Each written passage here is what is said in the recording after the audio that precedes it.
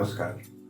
आज मैं आपके साथ एक महत्वपूर्ण मुद्दे बाल विकास और उसके पहलू पर बात के लिए उपस्थित हूँ।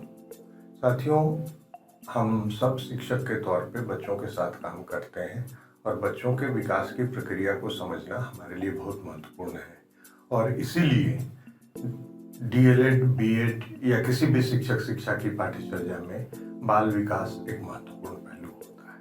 जब भी हम बाल विकास की बात करते हैं तो विकास के साथ साथ एक जुड़ा हुआ टर्म आता है वृद्धि। अब हम कंफ्यूज करते हैं कि विकास और वृद्धि में फर्क क्या है, तो पहले हम इन दोनों में फर्क को समझ लेते हैं।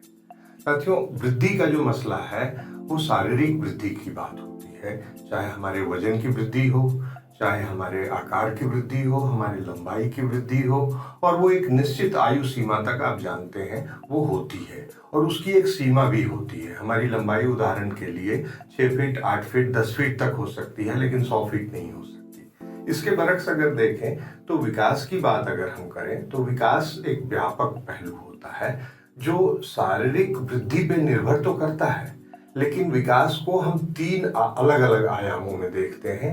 एक तो हम शारीरिक विकास की बात करते हैं और वहाँ जो हमारे शारीरिक अंग हैं उनके संचालन, उनके मैनिपुलेशन की बात करते हैं कि उनसे काम कैसे करें और कौन सा कर पाते हैं।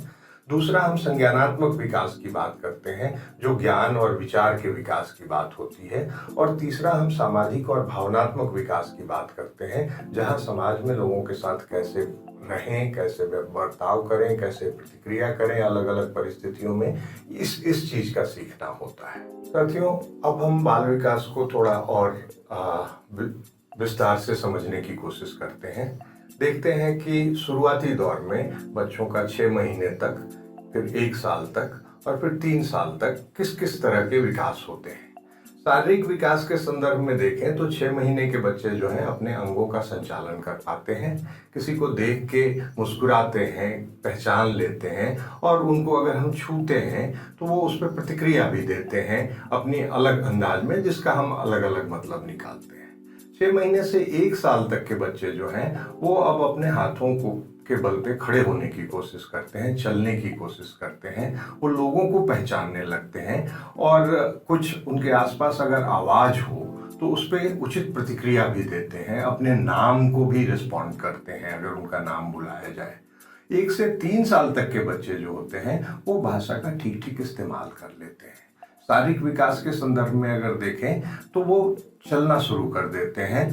अगर सीढ़ियां हैं बहुत ज़्यादा ऊंची नहीं तो वो उस पर चढ़ भी पाते हैं और अपनी पसंद नापसंद की बात कर सकते हैं। वो जिद भी करते हैं और लोगों से अपनी बातों को मानने के लिए तर्क भी करने की कोशिश करते हैं। स्कूल में आमतौर पे बच्चे हमारे पास 3 साल या 4 साल के बाद ही आते हैं, तो ये शुरुआती जो विकास की अवस्थाएं हैं ये जानने के लिए हमारे लिए उपयोगी हैं, महत्वपूर्ण हैं। लेकिन जब वो हमारे साथ होते हैं तो वो लगभग 3 से 5 साल के बीच की उम्र होती है।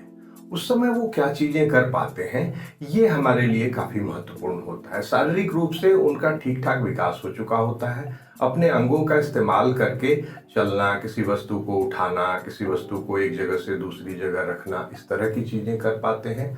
दूसरों की बात समझ पाते हैं और अपनी बात दूसरे को बता पाते हैं, यानी भाषा का इस्तेमाल ठीक से कर पाते हैं। अलग अलग संदर्भों में, अलग अलग परिस्थितियों में चीजों को रंगों के आधार पे, उनके और आकृतियों के आधार पे अलग अलग वर्गीकृत भी कर सकते हैं और वो चीज़ों को याद भी कर सकते हैं कि उन्होंने कल क्या किया था या आगे उनकी क्या करने की इच्छा है, इस तरह की भी बात करते हैं। कहानियों में उनकी रुचि बढ़ने लगती है। तो ये अवस्था होती है 3 से 5 साल के बच्चों की। अब आप देखें कि इसके लिए शिक्षक के लिए निहितार्थ क्या है। इसमें शिक्षक जो है वो उनको उस तरह के कार्यकलापों में एंगेज करे, उस तरह के मौके दे, ये काफी महत्वपूर्ण होता है। बच्चे जब थोड़े और बड़े होते हैं, यानी मैं अब 6 साल से बड़े बच्चों की बात कर रहा हूँ, वो आमतौर पे हमारी दूसरी तीसरी कक्षाओं में मिलते हैं। यहाँ वो भाषा का ठीक ठीक प्रयोग कर लेते हैं, वो थोड़ा लिखना पढ़ना भी सीख सकते हैं। ऐसी परिस्थिति में अगर आप ध्यान दें तो बच्चों की क्षमताएं क्या होती हैं। इस समय बच्चों की जो क्षमताएं होती हैं वो चीज़ों को अलग अलग आधार पे, रंगों के आधार पे, उनके गुणधर्म के आधार पे, आकृति के आधार पे, स्वाद के आधार पे उनको वर्गीकृत कर लेते हैं। कहानियां अपनी बनाने लगते हैं। जो हम अक्सर झूठ के रूप में जिसको समझने की कोशिश करते हैं, वो बहाने बनाते हैं, जिद करते हैं, अपनी पसंद की चीजों के लिए वो जिद करने लगते हैं।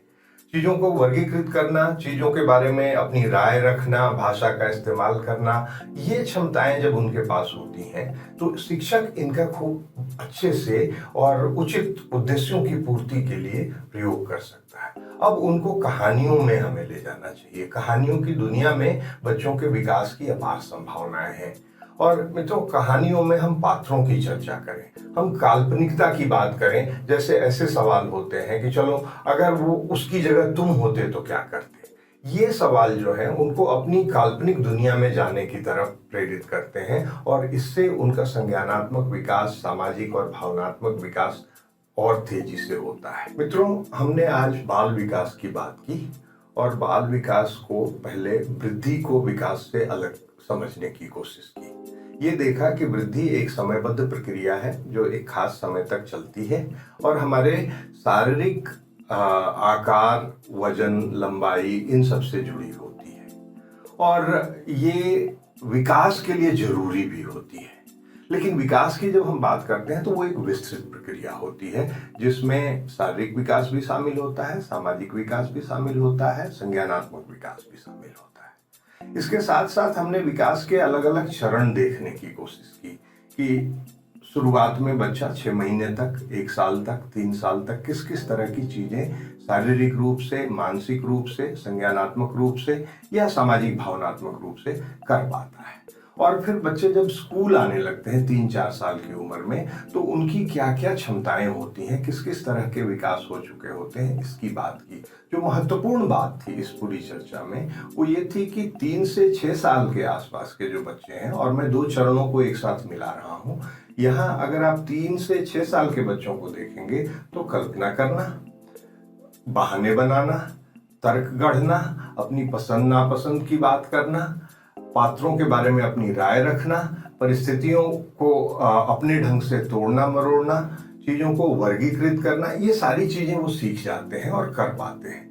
इन सारी क्षमताओं का प्रयोग एक शिक्षक, चाहे वो भाषा शिक्षण हो, चाहे कोई और शिक्षण हो, उसमें बखूबी कर सकता है और हम करते भी हैं। और इसीलिए बाल विकास का मुद्दा शिक्षकों के लिए ठीक से जानना और समझना महत्वपूर्ण होता है।